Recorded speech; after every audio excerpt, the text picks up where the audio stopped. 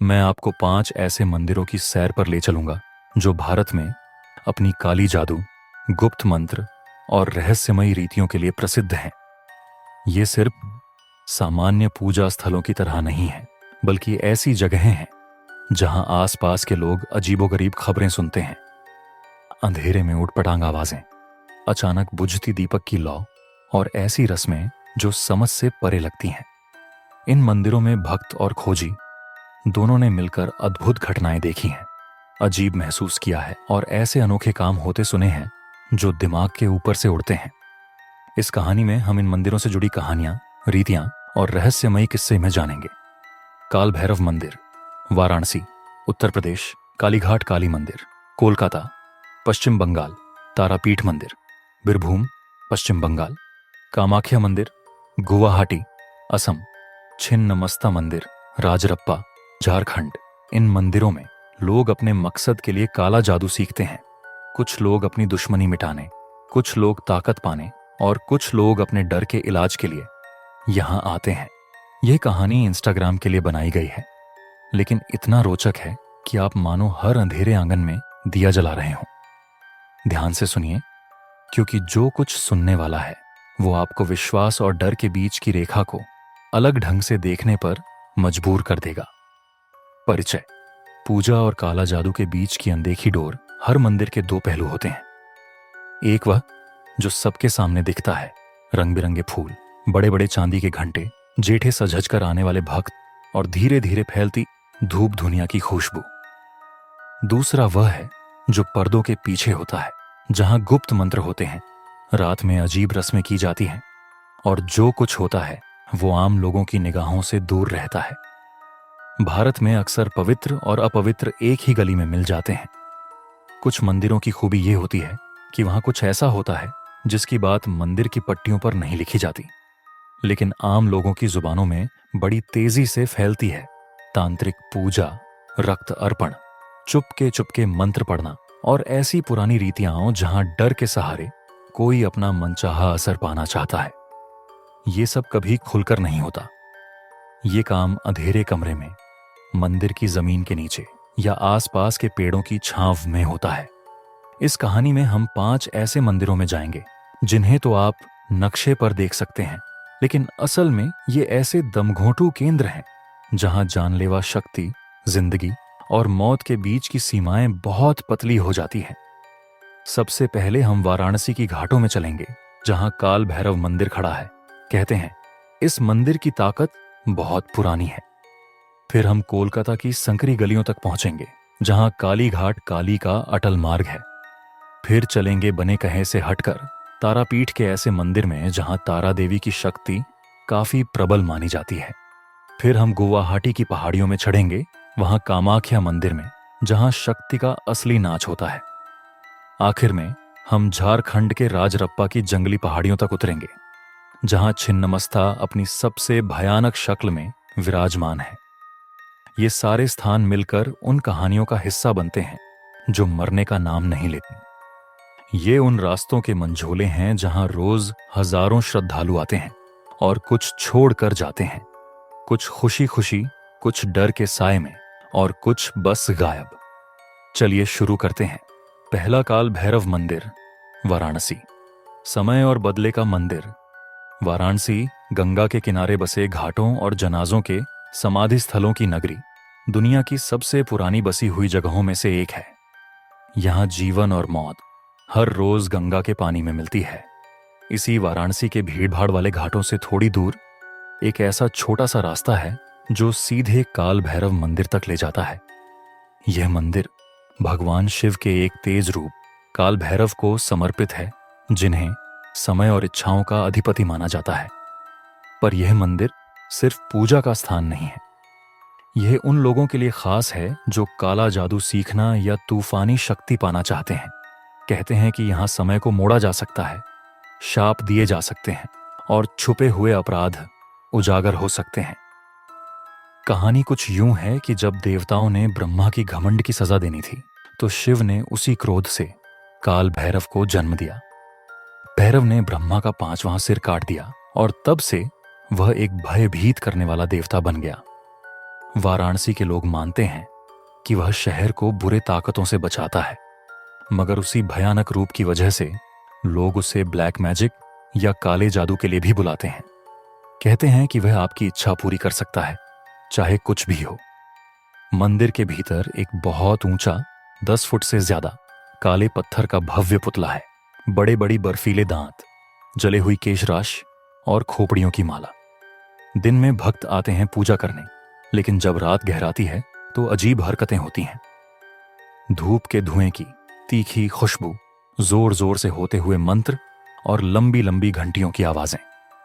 कहते हैं कि रात होते ही तांत्रिक काले वस्त्र पहने साधु चुपके चुपके मंदिर के अंदर आते हैं।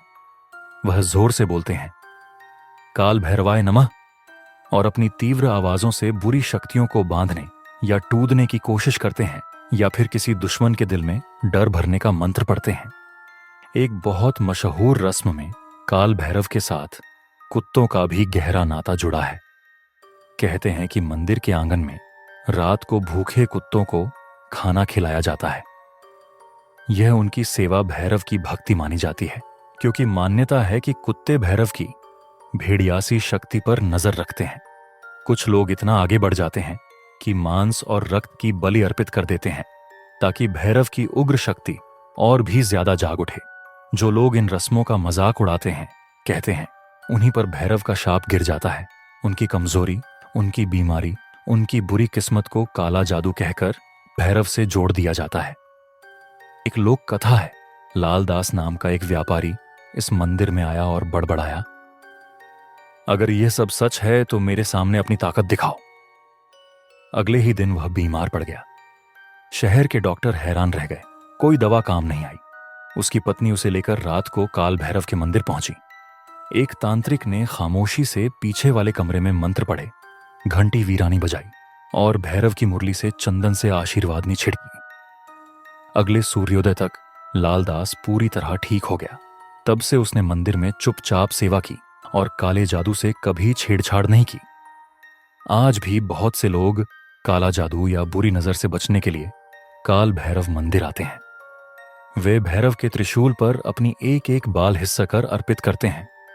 माना जाता है कि इससे बुरी नजर टूट जाती है।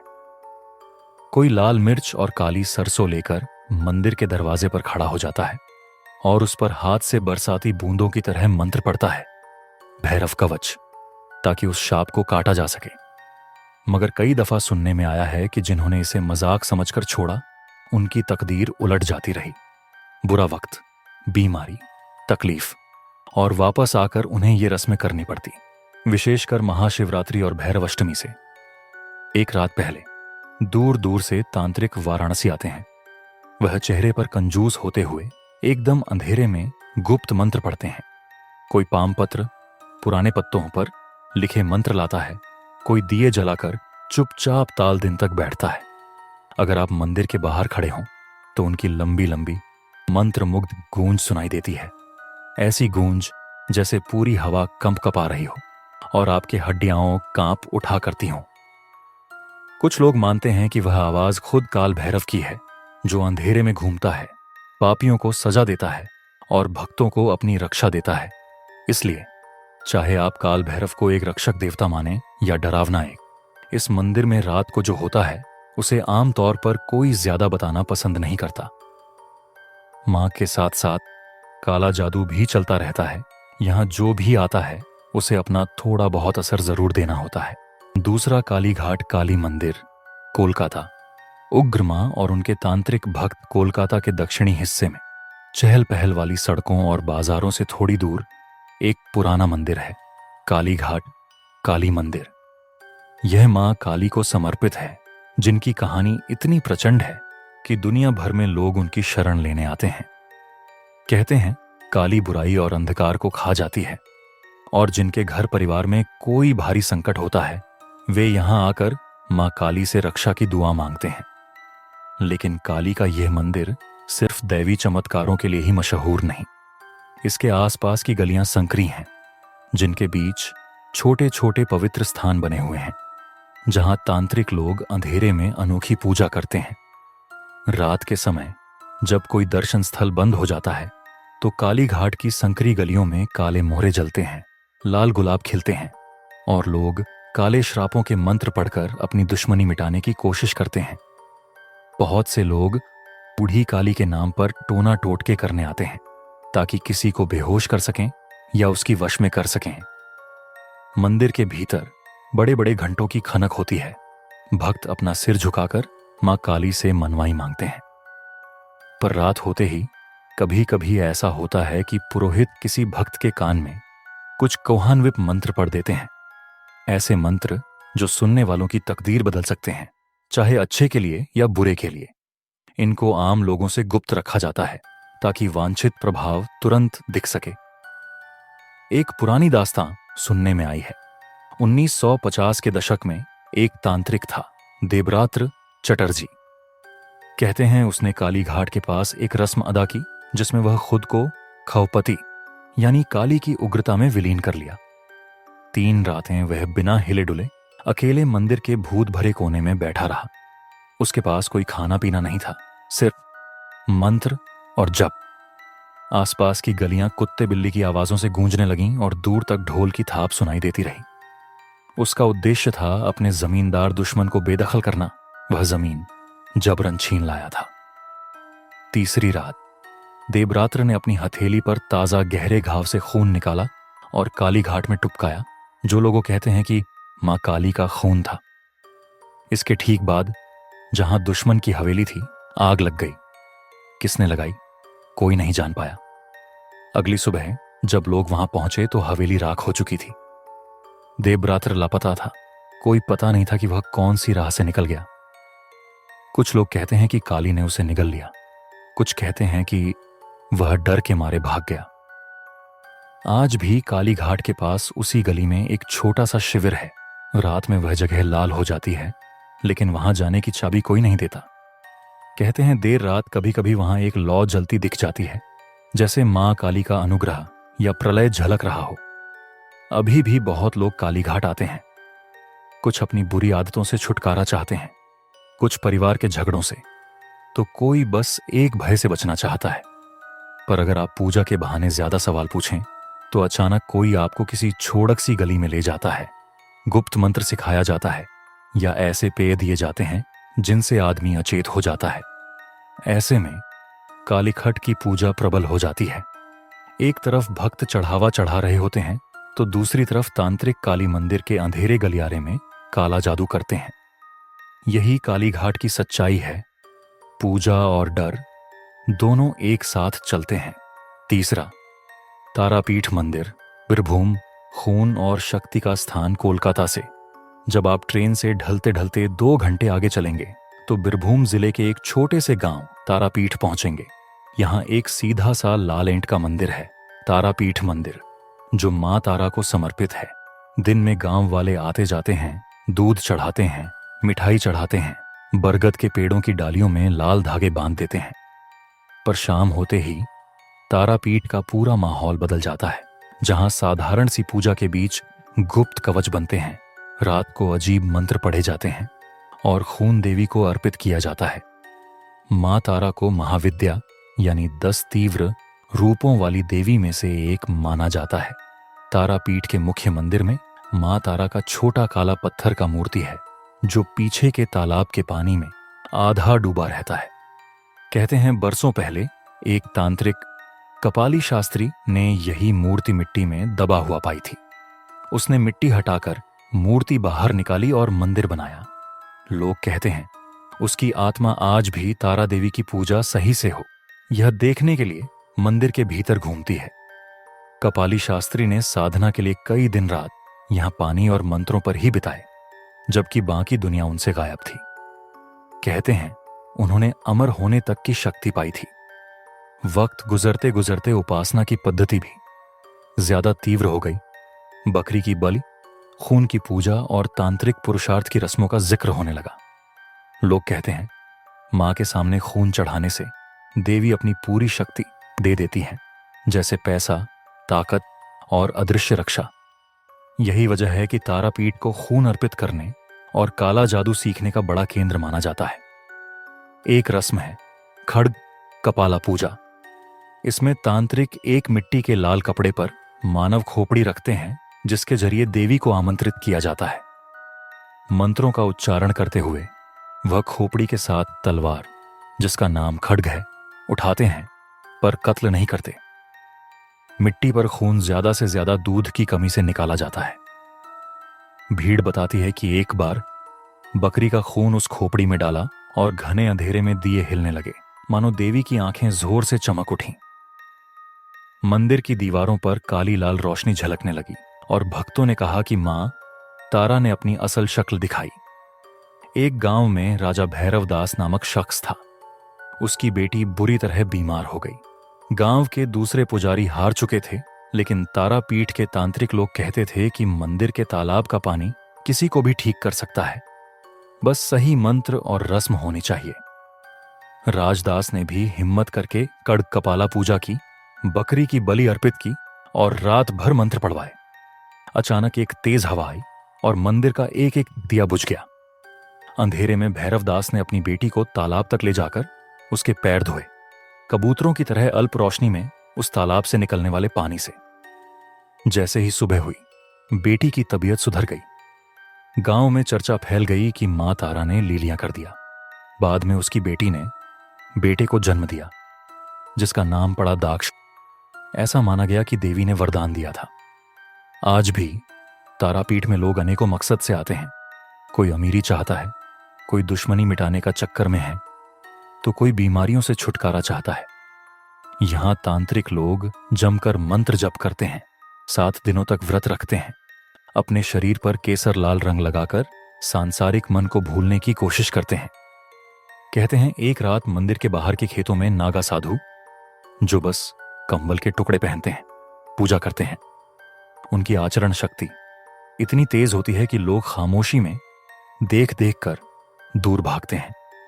वे कहते हैं चूंकि यहां खून की रीतियां होती हैं, इसलिए देवी की शक्ति ज्यादा जल्दी मिलती है, पर साथ में बहुत खतरा भी है।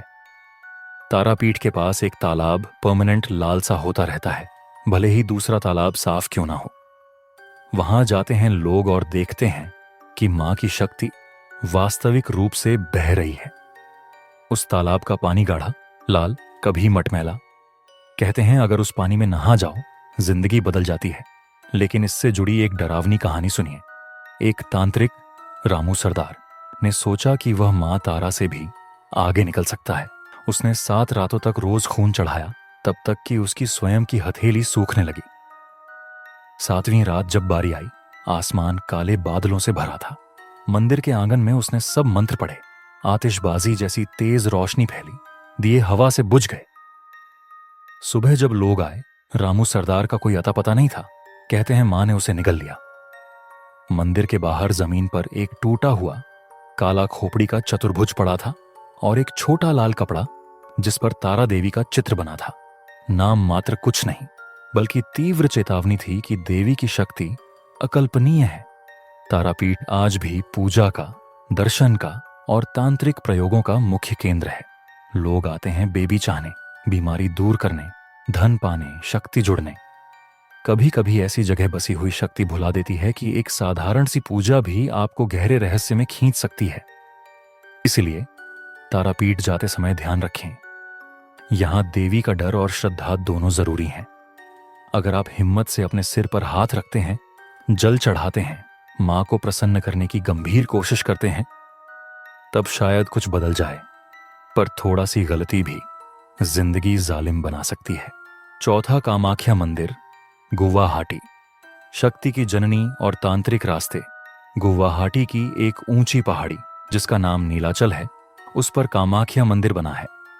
यहां कहा जाता है कि पौराणिक समय में द्रौपदी की मां सती का शरीर जलने के बाद शिव उसे लेकर नाचते रहे, तांडव नृत्य करते रहे। तब विष्णु जी ने चक्र चलाकर सती का शरीर विभाजित किया। उसका योनि, गर्भ यहीं गिरा। तभी से यह स्थान प्रजनन शक्ति और मां शक्ति का केंद्र हो गया। नीचे एक गुफा है जहां एक गोल पत्थर में गड्ढा बना है, बिल्कुल नम, जो देवी की मासिक धर्म की बूंदों के रूप में आता है। अगर कोई उस गुफा में झांके तो देख सकता है कि पत्थर से लाल रंग का पानी टपकता है। इसे देवताओं की माया कहते हैं, महाशक्ति की निशानी। पर इस मंदिर का छुपा हुआ भाग और भी बड़ा अद्भुत है। मत पूछिए उन भक्तों से जो दिन में आते हैं, वे बस पूजा करके चले जाते हैं। पर शाम होते ही कामाख्या के आसपास के जंगलों में तांत्रिक लोग छुप कर मंत्र पढ़ते हैं। इतिहासकार कहते हैं कि मध्यकाल में संकरी झाड़ियों में साधु लोग अजीब मंत्रों से अग्नि निकालते थे और खून से तंत्र कवच बनाते थे। आज भी नवरात्रि के दौरान मंदिर के ऊपर अजीब सी गड़गड़ाहट सुनाई देती है, जो सिर्फ तांत्रिक मंत्र ही पढ़ सकते हैं। एक खास पूजा है कर्णपात्र, जिसमें तांत्रिक लोग देवी के लिए गुप्त बीज मंत्र कहते हैं। वे अंधेरा छा जाने के बाद मंदिर के अंदर इकट्ठा होते हैं, आंखें बंद करके मंत्र जाप शुरू करते हैं।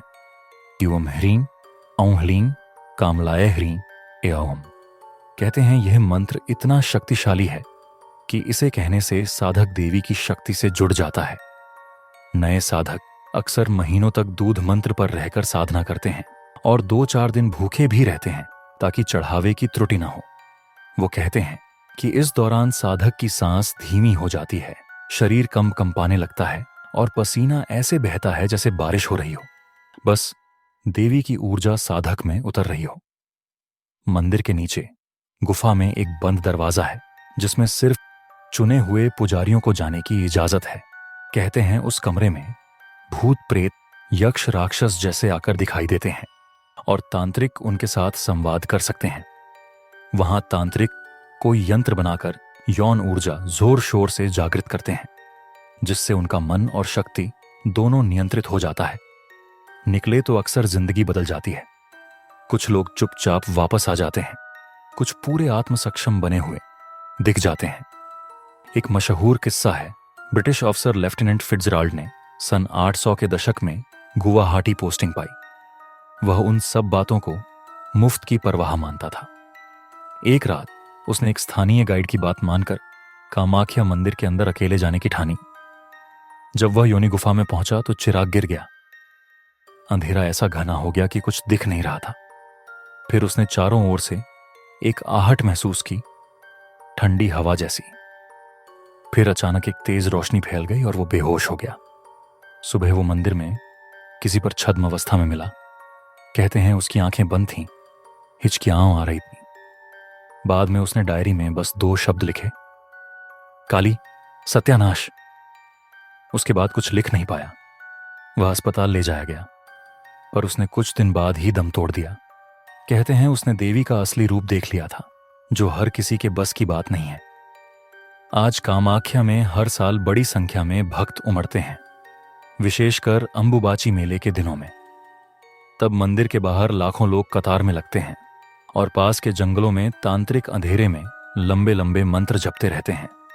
रात भर खुली गर्मी में आग के फोड़े जलाकर भारतीय काले काले काले काले घी तेल चढ़ाते हैं। कुछ लोग बकरी की बलि तक चढ़ा देते हैं, मानो देवी को पेट भरना हो। कोई माँ कुछ नहीं जानती बेटा, चाहने आई होती है। कोई परिवार में लड़ाई से छुटकारा चाहने आया होता है, तो कोई अजीब जिंदगी से उभरने के लिए। पर कोई भी बिना खून के कुछ नहीं कर सकता। यही कामाख्या की कीमत है। लोग कहते हैं अगर आप कामाख्या के सामने खड़े हों सांझ की ठंडी हवा में, तो मंदिर की घंटियों की गूंज सुनाई देगी और आपको लगेगा कि कोई जोर से कह रहा हो, उठो मुझे पाओ। वे कहते हैं यहां देवी 3 रूपों में ज्यादा शक्ति दिखाती है। एक मां का नरम रूप, एक उग्र योद्धा रूप और आखिर में एक भयानक विध्वंसात्मक रूप। चाहे आप पूजा करने आए हों या तांत्रिक शक्ति पाना चाहते हो, कामाख्या की शक्ति आपको अलग ही नजर आएगी। अगर वहां आप सिर्फ शांति चाहते हैं तो आपको सावधानी रखनी होगी, क्योंकि बदले में देवी बहुत जल्दी अपनी अग्नि आपको छू सकती है। 5वां, छिन्नमस्ता मंदिर, राजराप्पा। कटे हुए सिर वाली देवी और रक्त का सागर। झारखंड की ऊंची ऊंची जंगली पहाड़ियों में जहां 2 बड़ी नदियां दामोदर और भैरवी मिलती हैं, वहीं छिन्नमस्ता मंदिर स्थित है। छिन्नमस्ता महाविद्या की एक ऐसी देवी हैं जिनका सिर पूरी तरह से कटा होता है और उनकी गर्दन से 3 धाराएं खून की निकलती हैं। एक नदी में यह खून शेर और जंगली कुत्तों को खिला जाता है, दूसरी देवी के शिष्यों को और तीसरी नदी में बह जाता है। मान्यता है कि वो सब कुछ है, जीवन, मृत्यु, भूख, प्यास, एक ही समय में। इस देवी की पूजा बेहद चौंकाने वाली होती है। वह जीवन से मृत्यु और मृत्यु से जीवन को जगाती है। राजराप्पा का मंदिर उन्हीं पहाड़ियों के बीच 18वीं सदी में मराठों ने बनाया था। उस इलाके की मिट्टी में खूब लोहा होता है, इसलिए बरसात में पानी लाल सा बहने लगता है।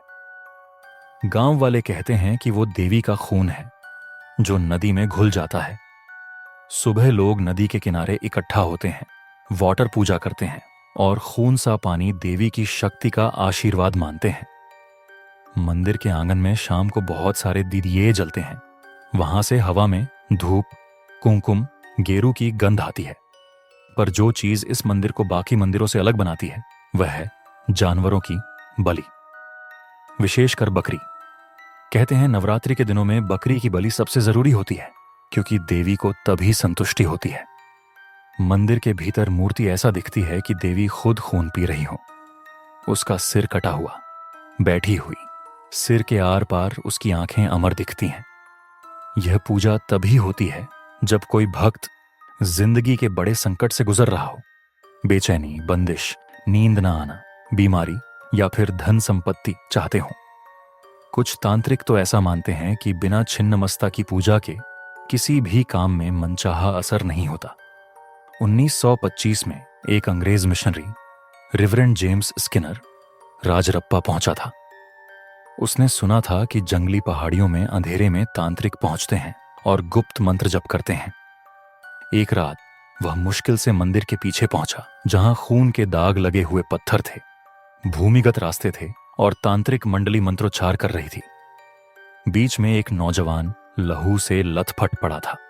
आसपास के तांत्रिक उसके चारों तरफ खड़े होकर मुंह लटकाकर मंत्र पढ़ रहे थे। छिन्नमस्ते, दाकिनी में भक्त समर्पय। अचानक सब रुक गए, जैसे किसी ने उन्हें हिला दिया हो। जेम्स की सांसें तेज हो गईं। वह डर के मारे पीछे हट गया। जब वह रोशनी में वापस आया तो वह नौजवान गायब था। गांव वाले कहते हैं कि वह जिंदा बलि दी गई होगी। देवी बिना देरी के विद्रोहियों को निगल जाती है। जेम्स सुबह ही भाग गया। उसकी डायरी के पन्ने खून सा लाल थे।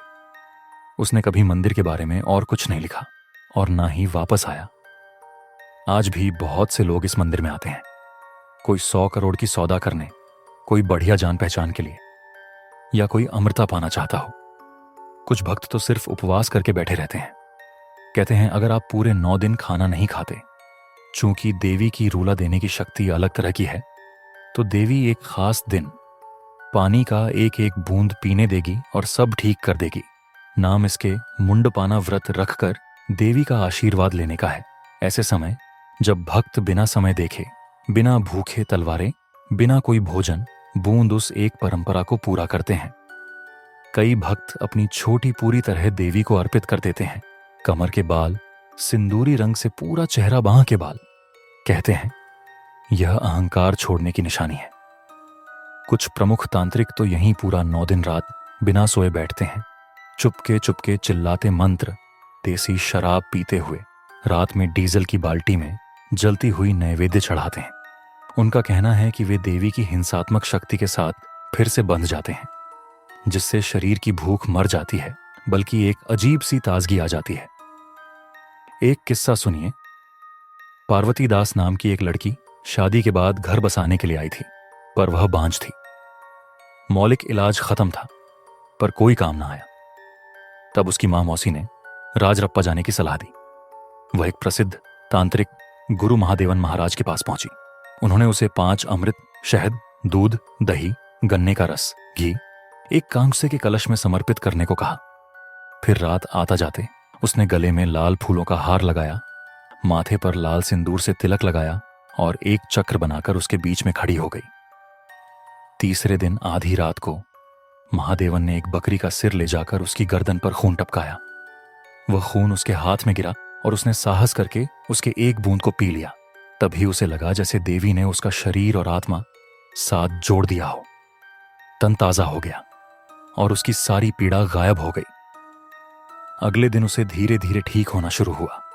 1 साल बाद वह गर्भवती हो गई और उसका बेटा हुआ, जिसका नाम दाक्ष रखा गया।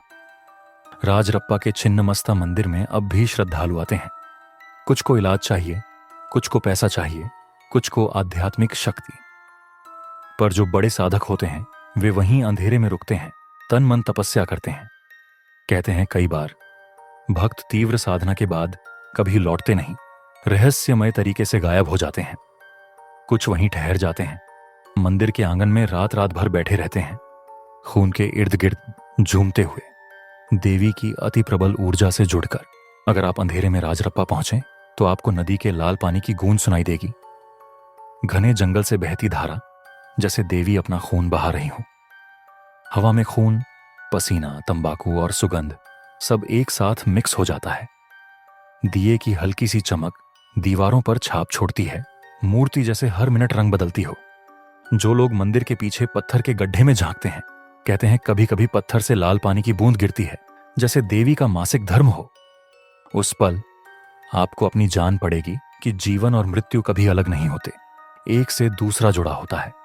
छिन्नमस्ता यहां की सबसे कड़ी परीक्षा लेती है, तो समझ लीजिए अगर आप भी पहुंचे तो सोचना कि शक्ति पाने से पहले आपको कितना सच मानना है। हो सकता है शक्ति आपको मिले पर साथ में आत्मा का दंभ भी गायब हो जाए। कहते हैं अगर ईश्वर ने अपना सिर काट दिया तो उससे यही सीख मिलती है कि कभी भी आधा मन लेकर देवी को नहीं पूजना चाहिए। पूजा या तो पूरी हो या फिर ना हो। निष्कर्ष, भारत के 5 रहस्यमयी मंदिरों का संगम। हमने सफर शुरू किया काल भैरव मंदिर से, जहां शिव का वह उग्र रूप आपको डराता और रक्षक भी होता है।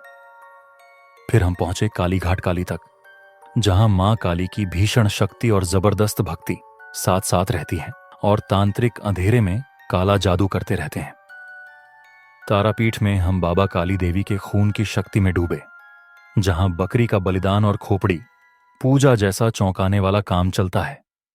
कामाख्या में हम देवी के गर्भ को निहारते हैं, जहां शक्ति और संभोग के मंत्रों का ज्ञान गुप्त स्थानों में मंथन होता है। अंत में हम उतरे छिन्नमस्ता के रक्तपथ पर, जहां देवी ने अपना सिर हाथ में पकड़ रखा है और उससे बहता खून आपको जीवन की ताकत और मौत की सीमा दोनों दिखाता है।